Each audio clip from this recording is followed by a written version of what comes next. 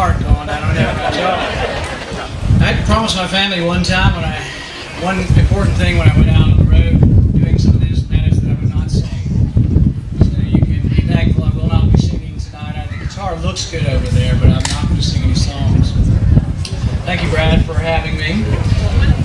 Reagan's advisors told him not to do it. They told him there could be international repercussions. Reagan did it anyway. He told the following story to Gorbachev at one of the summits. It seems there was an accountant in Moscow who had saved for many years to buy a car. There was only one manufacturer of cars in Russia, and it was the state. So he saved and saved, and he went in, he sat down with the surly state bureaucrat, and he said, I've got enough money for a car. And the bureaucrat said, that's fine. Come back in about 10 years and you can pick it up. And he said, well, he just didn't miss a beat. He looked back and he said, well, will that be on a Tuesday or a Wednesday?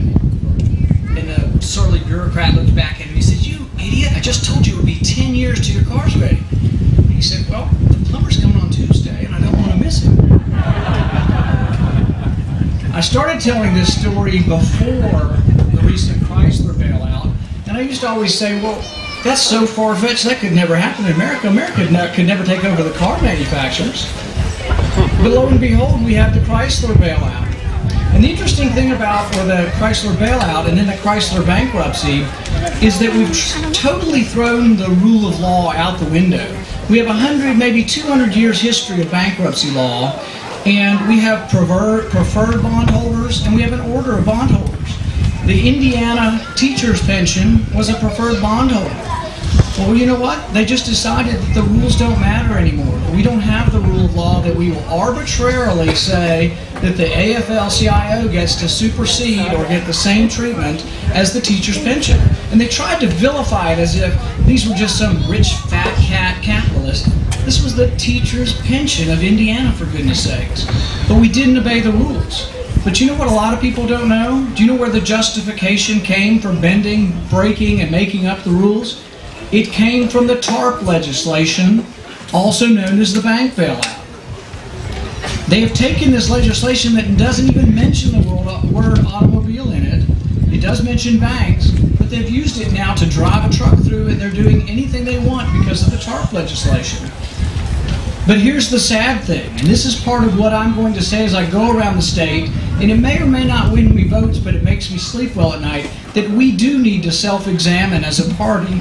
We do need to re-examine what we believe in. Our Republican platform says that we don't believe in bailing out private businesses. We believe in the creative destruction of the marketplace. But sadly, over half of the Republican leadership voted for the bank bailout. So what I'm saying here is I will point these things out, and we need to struggle for the direction. A primary is good. We need to struggle for the direction of our party. Where do we want to go? And I think it takes some true believers, some people who actually believe in the platform and have the guts to go to Washington and vote that way. We haven't always had that. And I don't think this is an academic question anymore. It's not about me or not about one person winning high office. I think we truly live in dire times. The deficit next year will be 13% of the GNP. Federal spending will be 28% of the GNP. We are spending ourselves into oblivion. But before we pat ourselves on the back, all the Republicans have voted against Obama's stimulus plan, and that is good. Before we pat ourselves on the back, we have to acknowledge that during the 8 years of George Bush and Republican control of both houses of Congress, the debt went from $5 trillion to $10 trillion. We were not very good stewards. And this is also why we're losing some votes. There are people out there, independents, conservative Democrats, who don't want to vote Republican because they think they just want to cut taxes for their rich buddies. Well, I do want to cut taxes, but I also think the deficit is important and that you have to cut spending. But the difference between me and many other candidates is I don't have to have this job. I've got a good job in Bowling Green. I have families there. I'm in a position. I'm going to tell people like it is, and if I get elected, that's great. But I will vote no to an unbalanced budget if it's a Republican budget. I will vote no to an unbalanced budget if it's a Democrat budget. But I will be consistent along the lines that you have to have someone who will do that. One of my advisors, I have an economic council of advisors, and I have the chairman of the economic department at Western. and the chairman of the economics department from UK. And one of them told me recently, they sort of imagine and see the body politic as a seesaw, and it's listing and tilting way to the left now, and we all see that. But what we have to decide as the party is, will it be okay to get a moderate or a centrist who sits and straddles right in the middle of the seesaw? Will we be able to tilt the seesaw back at all by sitting in the center? I say no. Just having an R behind your name doesn't make you a good candidate. It makes you a good candidate if the Republican Party believes in something. We have to make the party strong again, but we have to make it by presenting our message. President Obama beats us not on ideas, but on articulation and presentation of the ideas. We need Republican leadership who can present our ideas, and I don't think you have to give them up. People say there are two ways you can win a race in Kentucky. We're almost evenly split, 40% Republican, 40% Democrat, and about 20% in the middle. You can win by running as a Democrat. You win the primary being a conservative, and then when you get to the fall, you just become a Democrat, or you run as a moderate and you try to attack those moderates.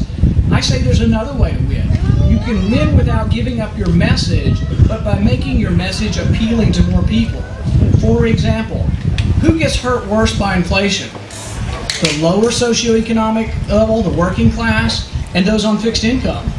What does the debt do? The debt is going to give us massive inflation. We have doubled the monetary base in the last year. That, when all that money leaks out into the economy and flows through the economy, we are going to get massive inflation. And if you're 65 years old, you're on fixed income, and you don't have a pension to go by, you're going to get creamed by it. But these are the people we can appeal to with our message, but not by just saying, oh, we'll bring you more goodies, or I can get more federal projects for you. I'm going to speak in Louisville next week to the judge executives and magistrates, and I'm going to stand up and tell them, you remember the letter to the editor in the 19th century, yes, Virginia, there is a Santa Claus?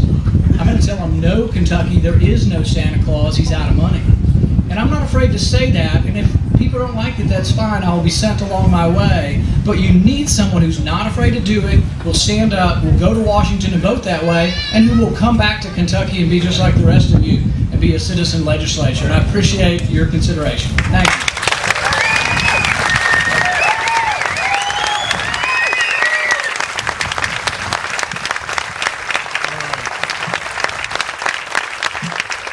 Thank you, Dr. Paul, for coming down here. I know you're heading out to Mercer County, so we appreciate it.